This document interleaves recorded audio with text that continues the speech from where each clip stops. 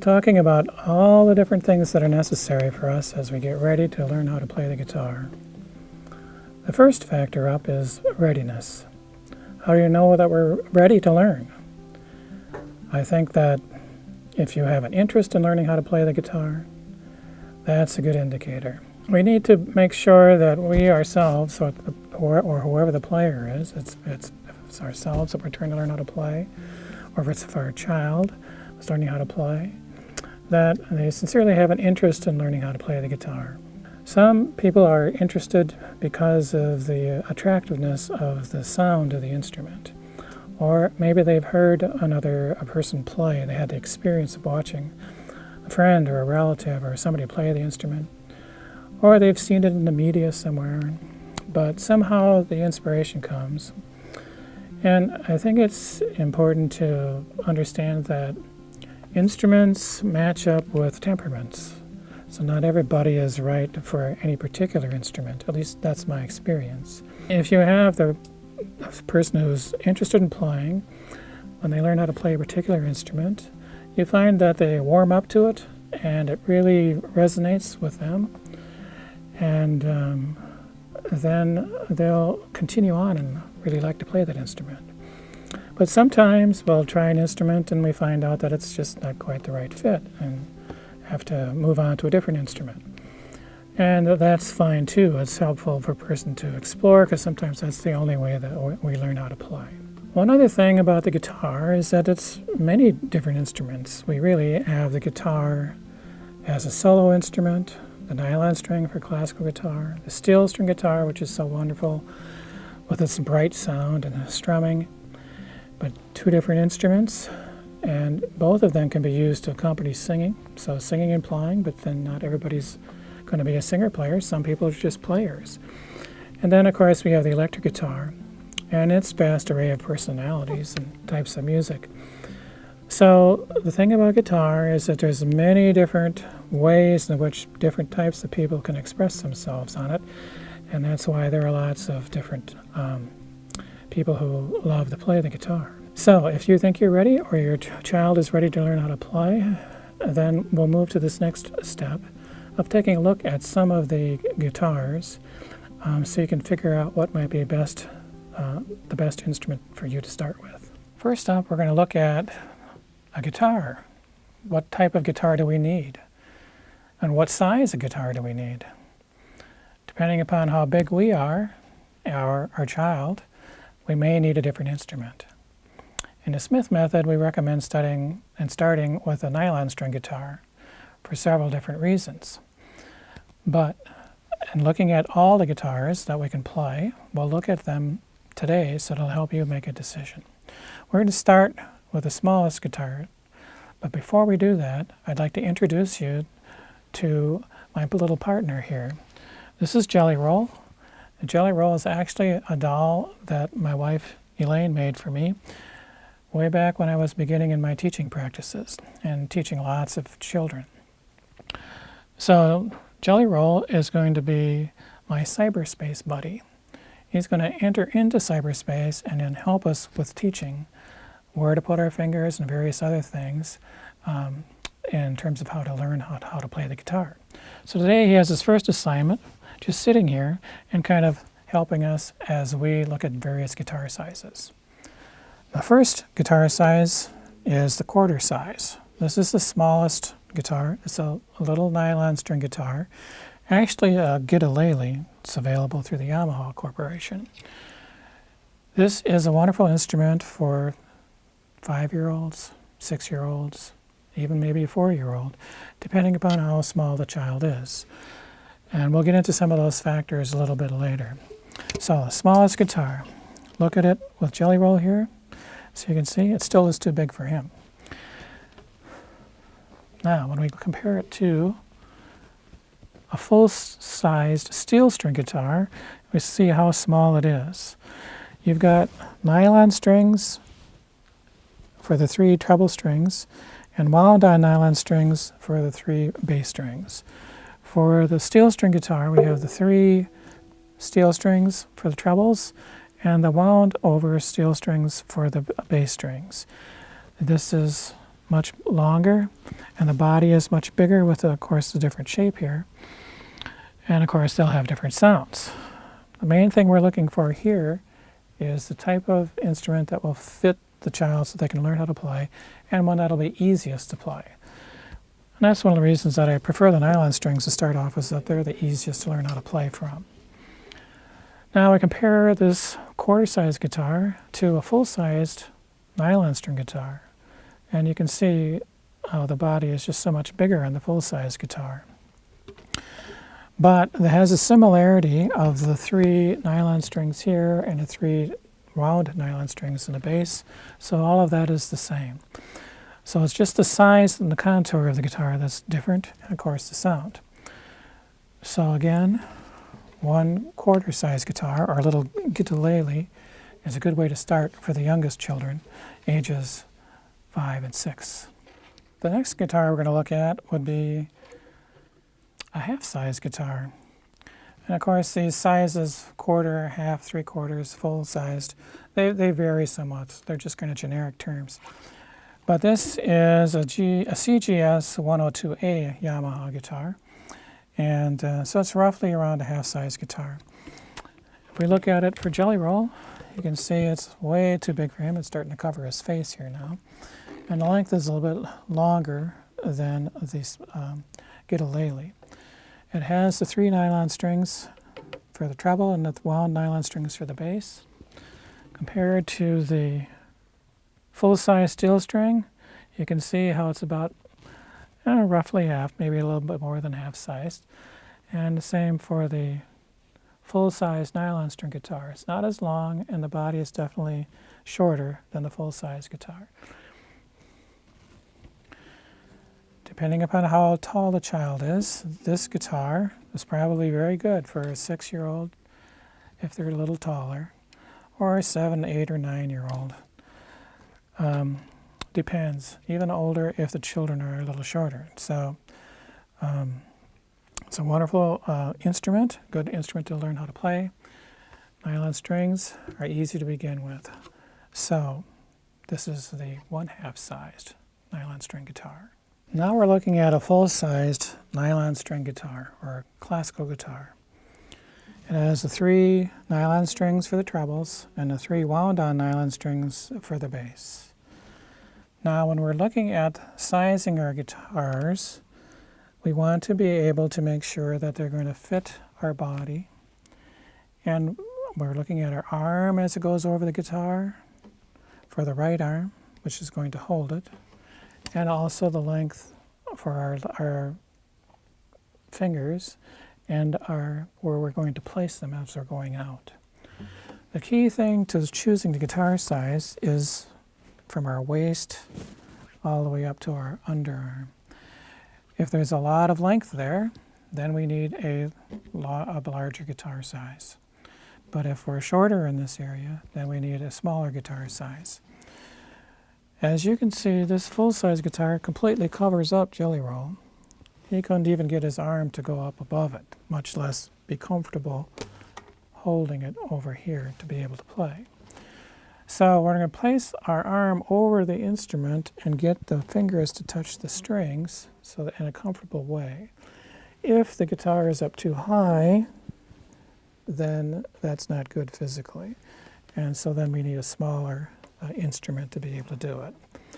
We don't worry so much about the length on this size for our fingers, because we're going to be using a device called a capo that will help us know where to put our fingers over here. So it's more about fitting the body of the guitar with our arm as to whether we need a 3/4 size or a half size or a full size guitar. Now here we have a full-sized steel string guitar. We have the steel strings in the treble and the wound over steel strings in the bass strings. A little longer neck, and the body shape is definitely different, and so the arm will go up a little bit higher on a steel string guitar. There is a difference between the steel strings and the nylon strings. Like I mentioned before, the steel strings are a little bit harder to press down. Often for the steel string we use a pick like this to be able to play, so the technique is a little different as well. So on the nylon string guitar, we can use our fingers to pluck the strings, and we can in the steel string as well. And then later, when we can switch to a steel string guitar, we can learn how to use a pick and strum the chords and those types of things.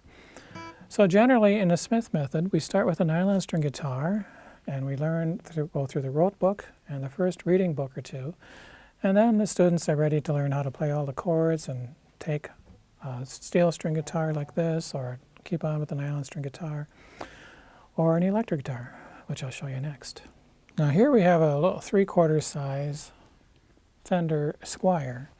It's an electric guitar. I don't have it plugged in at this moment, but it's enough for me to show you that it has the 3 steel strings and then the 3 wound over steel strings in the bass. So trebles are steel strings and your basses are wound over steel strings, just like in the acoustic guitar, but these are a little lighter and they're made for the electric guitar. The neck is a little shorter, and we have all of the tuners here on one side. We usually play this electric guitar with a pick as well. So again, we usually in the Smith method will go through the rote book and learn how to play the nylon string guitar first, and then we'll be able to pick up and learn how to play the electric guitar when we're doing the chords and improvising and things like that. So this is a Fender Squier 3/4 size electric guitar. Now we have here an electric bass. Some refer to it as an electric guitar, but officially it's a bass, which is a different instrument. But one of the reasons why they sometimes refer to it as an electric guitar is that the bottom 4 strings are the same notes as on a guitar. It's just that they're an octave lower, so they sound a lot lower when we hear them played.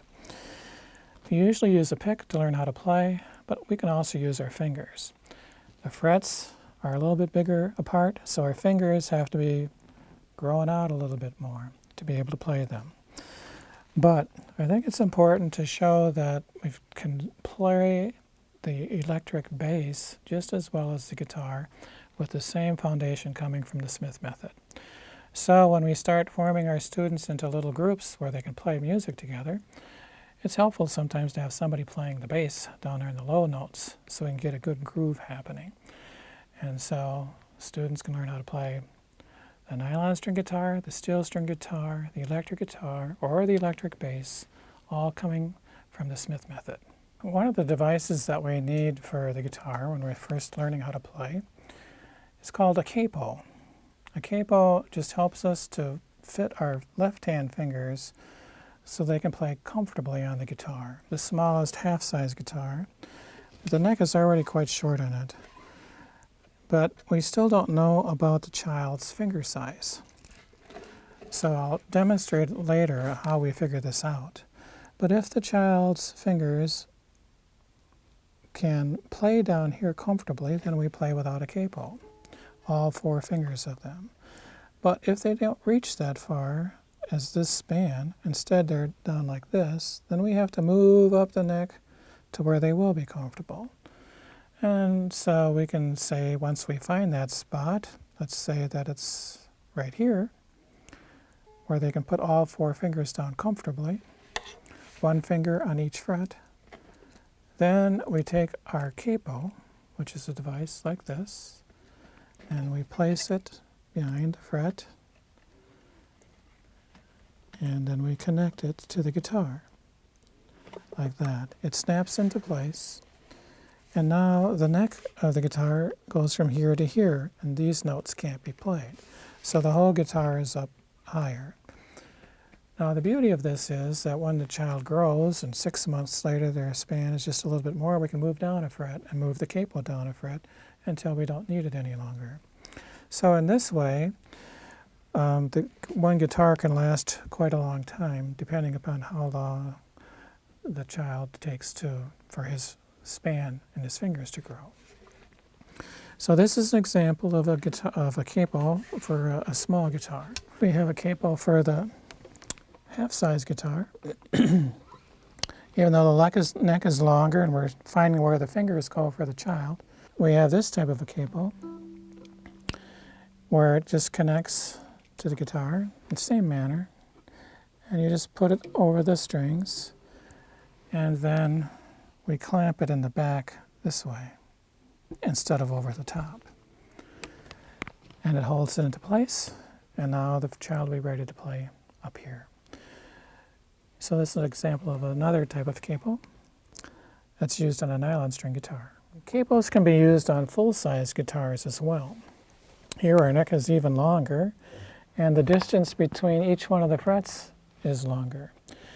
You find that even some adults who might have the body size for a full-size guitar, but their finger span won't stretch so that they can play down at the bottom of the neck, they may want to play with a capo for a while till they get used to stretching their fingers and using the guitar. So capos are used for full-sized instruments as well as for the smaller instruments. And we also use capos for accompany singers so that we play guitar chords in different keys. It makes it a little easier to play them if we have a capo and we can match the keys that the singer is singing in. So here is a full-size guitar capo, and it has a clamp that goes around in the back this way, and it clamps right down on the guitar. The other two capos that I demonstrated will also work on the full-size guitar. So you're just going to choose the style that you want, whether it clips on the top or behind or like this from below. Generally, with the Smith method, I find that the students are playing with a capo on the 3rd fret or the 5th fret. The highest would be way up here in the 7th fret. That's very unusual for the full-size guitar. It can happen, though, with the smaller guitar when the child is very small. But most of the time, it's going to be the 5th fret or the 3rd fret or the 2nd fret, something like that. The child's fingers will be able to fit the instrument. So there you have the use of the capo with the nylon string guitars. Next we'll look at one for the steel string and electric guitars. So here we have our 3/4 electric guitar, 3/4 size, and now we have a capo that we can place on it. So if the child's fingers are short and they can't stretch so far down here, this is quite a span down here. I'm full size, and my finger, one finger for each fret is barely fitting for me. So it'd be possible to be able to use it and play up the neck here, and for that we use the capo. Now this has a special button on the bottom that can be screwed in, and it's also shaped for the contour that the electric guitar has or that a steel string guitar has. Those necks are shaped differently than the nylon string guitar, and so they need a special type of capo for steel strings and nylon string guitars. So if we have this, we're going to place it up here, and then we have to screw in the bottom of it, and then because of the special contour, it grabs the neck of the guitar and shapes it. So now when we play up here, we can play very comfortably with the 4 fingers, just as if the neck was just that short. Next, we'll take a look at a couple of other items that may be beneficial for us in starting to learn how to play a guitar. First, we have an item called a tuner. There's lots of different tuners that are available these days, and I think sometimes you can even get it with cell phones and such, but it's helpful for beginners to have some way in which they can tune the guitar. Usually a teacher will be able to get it in tune for you, but if you're working on your own, and if you don't know how to tune a guitar, it can be a problem. So we have to have some reference point. A tuner such as this, you put on the headstock, and then you'll be able to turn it on, and when you play the string, it will light up and tell you if you're playing the right pitch or not. And if you're not, you can tune the tuner and find the pitch for you that you need to be trying to match for each one of the strings on the guitar. After a while, we'll develop our ear so we can play it and not necessarily have to depend on a tuner, but it's good as a reference point when we're first beginning. Another device is the footrest. This is essential for those of you that will be starting with a nylon string guitar. Here we have the footrest, it opens up like this. We have 3 different notches that we can choose. We put it in there. And then we can put it on the floor, and it's for our left leg. If we put it like this. And then that would allow us to set the guitar up here. And I'll demonstrate that for you again later. So for nylon string guitar players, a footrest is essential. Another device that we have is a metronome, something that will keep a beat. Again, they have these available for cell phone apps now too, I think. So that's another avenue. But there's old-fashioned ones, and there's ones like this, and they will flash so that you can look at the beat and you can hear the beat as it ticks it out. And of course, we're able to change it to go faster or slower. When you don't have anybody to play with, this can be helpful for helping you to keep the groove going. So again, this is called a metronome. Another thing that's very useful for us in learning how to play music is a CD player or a computer, stereo system, any way in which we can listen to music. We have to be able to hear the songs in advance of what we're playing. So you'll be able to listen to the songs that we're going to learn, get them into your memory, and then when you start learning how to play them, you'll be focusing on what fingers to use and how to play, and not just exactly how the song goes.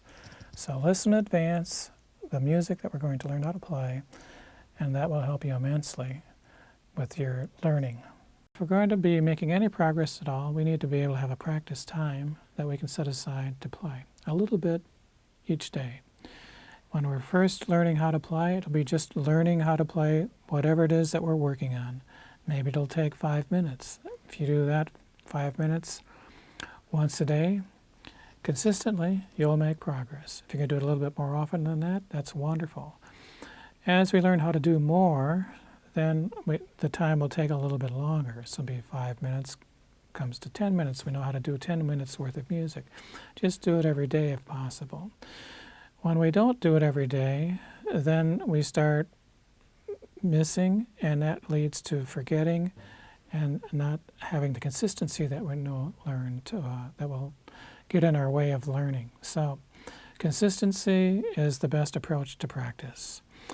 Once you work your way up from 5-10 minutes to a half an hour or so, then it may be a little bit hard to be consistent with it, but it still is the best. So we try to be consistent with up to a half an hour or more of practice every day, and you'll make progress on the guitar. Well, now we're finally ready to start playing the guitar, and we're going to work on getting a good sound, making our very first sound playing the strings of the guitar. So here are the things that we need. We need our guitar, of course. We need the chair that we're sitting on. We need a footrest. And after a while, we're going to need a capo too, but we don't need it right at the beginning. So I'm going to set that down. Here's our first step. We're going to take our left foot and we're going to put it on the footrest. At the same time, we're going to move forward a little bit on the chair. Then we're going to take our guitar, and you see where this curve is. We're going to place that curve on our left leg. So we'll take the guitar, place it down so that curve sets on our left leg. Then we're going to take the top body of the guitar and drop it back down against our chest. So it's like that. So curve to the left leg, and then move the guitar and let it rest against our chest. We can kind of ease it into ourselves. The next step is to take our right arm. We'll take our right arm and place it on the guitar right here along this ledge. So it's going to come here. And then we can move it up and down as we need to find the right spot. We take our middle finger and put it on the treble string. The treble string that's the furthest down, this one. Middle finger on the bottom, which is the treble string. Now, our first step for making the sound is to take our middle finger on the highest treble string, which is the E string, and we're going to push it down into the sound hole. Take the string with your middle finger, press it in, and just hold it there for a little bit. Then relax and let it come back up. This is to help us get used to the touch and feel of that string. We're going to put your middle finger on the string, press it down a little bit, hold it, and let it come back up. Now the next step is the one where we make a sound. We'll take our middle finger, we'll press it down into the sound hole, and then we'll pluck the string and let the middle finger rest against the second string, which is called the B string. So we take the middle finger, press it down in, pluck the string, letting it sound, and let the middle finger rest against the B string. Let's try that one more time. Take the middle finger, press it down into the sound hole, pluck the string, and let it rest against the B string, the next string.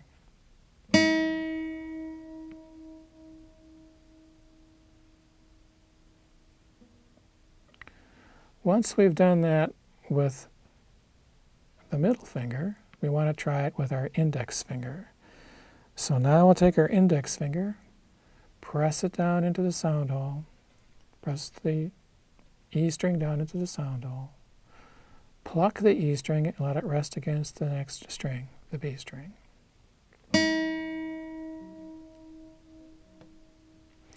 Try that once more with the index finger. Each finger feels a little different.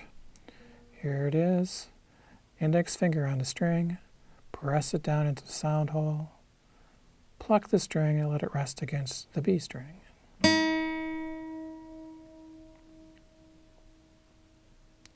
Now we don't want to be satisfied with just any sound that we make. Sometimes when we're first learning how to play, we can be pressing the strings maybe too softly, like this. Or sometimes we can grip it too hard, like this, and then the string snaps. So what we want to do is to get the good, full, round, rich tone by just pressing down lightly, plucking the string, and releasing it so that it sounds nice and full, like that.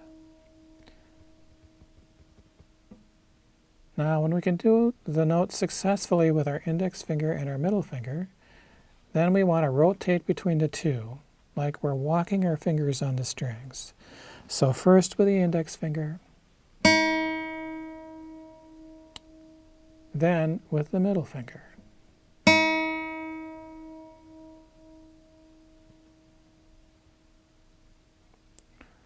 Now we'll try rotating the index finger and the middle finger in rhythm. So we'll get a beat like 1, 2, 3, 4, and then we'll just keep going back and forth, alternating our fingers. So here we go. 1, 2, ready, play.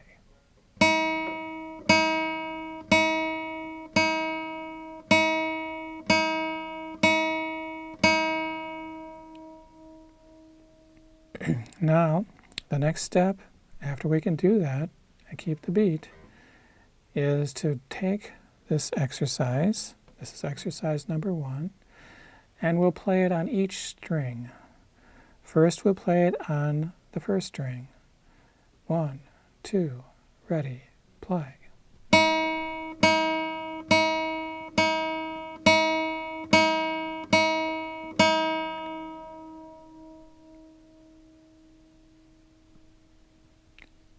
Now we'll do it on the second string.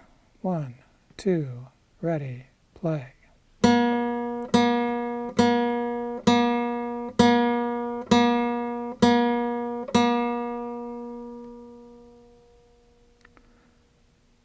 Be sure to keep the beat and alternate your fingers. Here's the third string. 1, 2, ready, play.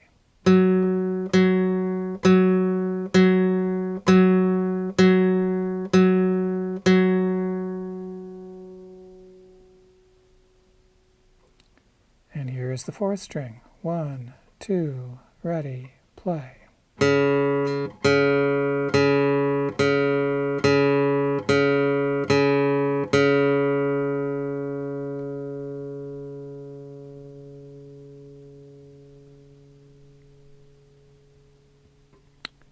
Now when we get to the fifth string, we have to make a slight alteration. We're going to take our thumb and we're just going to put it up on the fingerboard up here, like this. And then we'll position our finger on the fifth string, getting ready to play. And now we'll do the same thing. 1, 2, ready, play.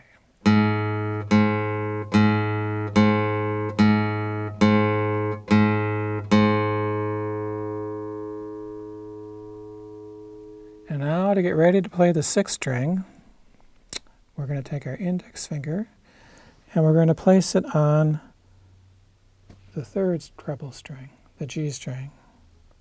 Our middle finger goes on the second treble string, which is the B string.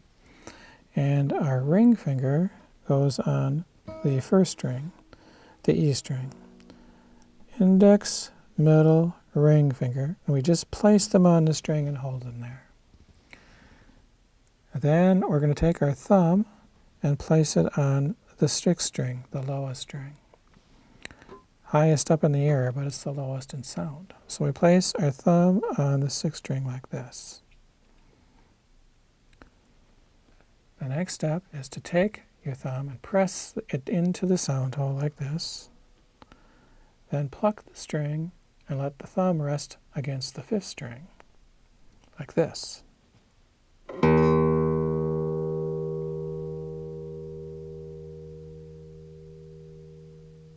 Now, keeping your index, middle, and ring fingers on the string, try that again. Take your thumb, place it on the sixth string, and pluck the string, letting it rest against the fifth string.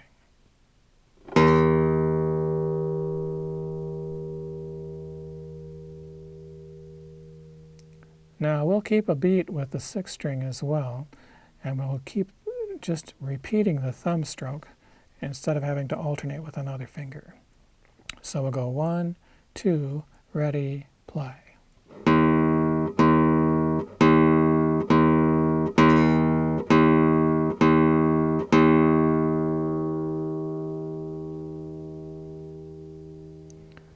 It's important to keep your index, middle, and ring fingers on the treble strings because this is shaping our hand for the future use when we'll be playing chords. It also provides stability for our hand. So make sure that we plant our fingers on the strings so that we can touch them. And then we take our thumb and pluck the string, keeping the beat. 1, 2, ready, play.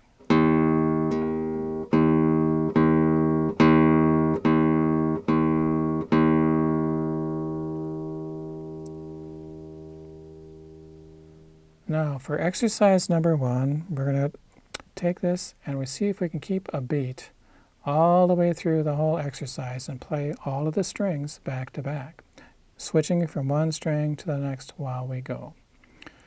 Here's the beat. 1, 2, ready, play.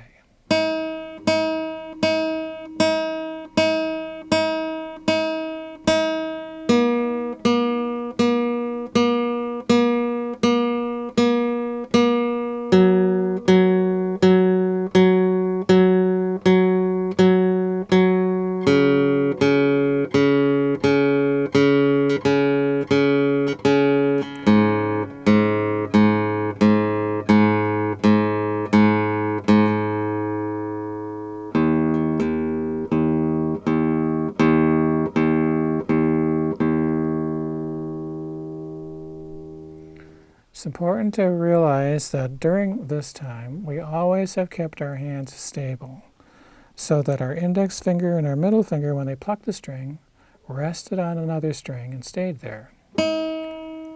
So you can make a good sound and keep stability for your hand by allowing your finger to touch the next string. And the same thing with the thumb. So that's touching. We shouldn't ever pluck the string and let our hand bounce up.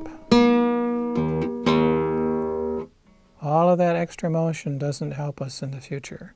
So we want to make sure that our hand stays in this position. You pluck the string, let your finger rest against the next string. Or you pluck your thumb, let your finger rest against the next string. And your index, middle, and ring fingers can be planted on the strings when we use our thumb. Those are the important points. Keeping a good, solid, round tone. Don't let our hand bounce into the air. And pluck the strings while keeping a beat. So I hope you find those points helpful as you practice exercise number 1. Now that we've learned how to make a good sound with the guitar, we're ready to learn how to use our left hand fingers. So here's what we need to get started. We need our guitar, need our capo, our footrest, and our chair. We'll start by putting our foot up on our footrest, moving forward, putting our guitar in position again, letting it set back, right hand over onto the guitar, and we'll put our middle finger on the E string, the top treble string. Then the next step is we're going to take our left hand and drop it down by our side and just let it sit there. Let it roll back and forth a little bit. Next step is to take it and bring it up so that your middle finger is somewhere up here and all of your fingers are kind of touching the E string, but way up high in the neck. And we'll look at how our 4 fingers fit onto the frets there. And then we're going to just kind of move them down 1 fret at a time, all the way down. When you get all the way down here, you see if your fingers will stretch this far comfortably. Usually, it's kind of hard for a lot of people. And so we want to move them up then to where they'll fit comfortably, 1 finger on each fret. So for now, let's say that this is on the 5th fret that this happens. So then we will take and place our capo on the 5th fret. So I'm going to take this capo, put it on the 5th fret. And now I'm going to start over again. I'm going to take my hand, put it so that my fingers are over the fingerboard, up on the 12th fret. And I'm going to move it down to the 5th fret. And then I'm going to put my first finger down behind the fret. My thumb should also be behind the neck and a little bit on the lower side of the guitar, not way up here, but just down in here. Now you're going to take the first finger, and you can put it down on the string and touch it. And now the next step is to just press it in a little bit. Now with our right hand, we take our middle finger and pluck the string just as before. And we'll get a sound. Try it with the index finger. Now, if you're not getting a sound, if it's like this, then you're not pressing down. If you're on top of the fret, then it sounds kind of dead. So that means you've got to get your finger right behind the fret, but not back too far. If you're back too far, you'll get those buzz sounds, or it'll be dead. So there's this spot right behind the fret where you put your finger, and let the finger press into the string, and then pluck it, and you get a good tone.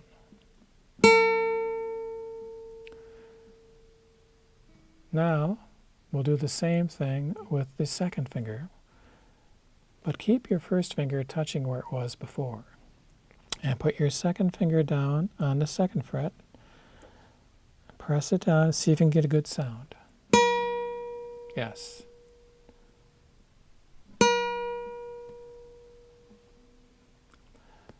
Now we're going to do the same thing with the third finger, but keep the first finger and the second finger down. Put your third finger down and see if you can get a sound. Third finger goes on the third fret. Now usually the third finger is the one that people struggle with in terms of getting it to sound. Because if the first finger is down and the second finger is down and the third finger is there, and the third finger needs to press in just the right way to get the muscles to work so that it'll stay down so you get the sound. Otherwise, you might get the dead sound. So then you got to look at it and press in a little bit to get the right sound. Try and get the third finger to sound. Now, keeping the first, the second, and the third finger down, take your little pinky, the fourth finger, and put that behind the fret and see if you can get that to sound as well. If you're getting the fourth finger down in the right spot, then you can get it to sound. You might have to try more than once to get it to sound. Again, this one might have the dead sound at first, and get the right angle and press it down. Now here's the exercise. Start with the first finger down. We'll do each note 4 times, keeping our beat. 1, 2, ready, play. Now the second finger. Now the third finger. Then the fourth finger. Go back to the third finger. Second finger. First finger. And the open string.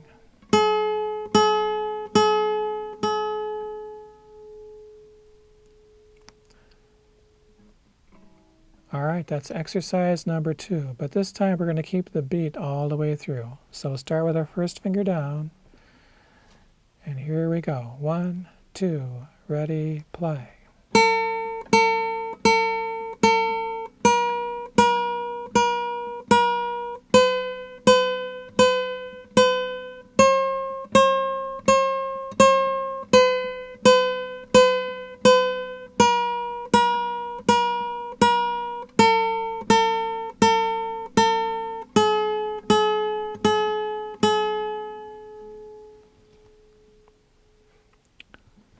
At first, you might need to go slower.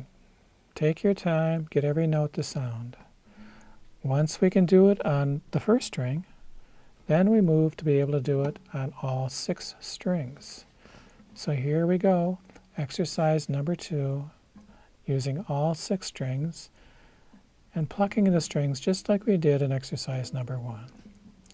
1, 2, ready, play.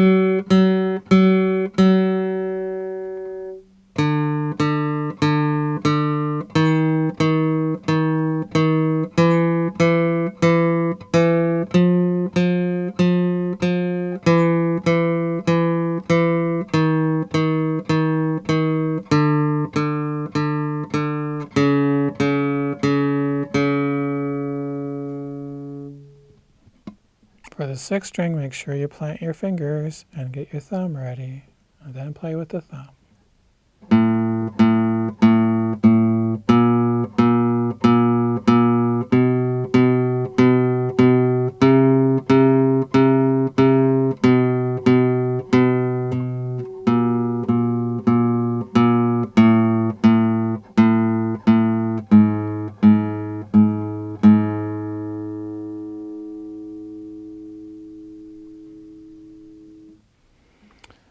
And that's exercise number 2, using all 4 fingers of your left hand. It takes a little practice to get all of the fingers to work, but when you can do that successfully, you'll be ready to learn your first song.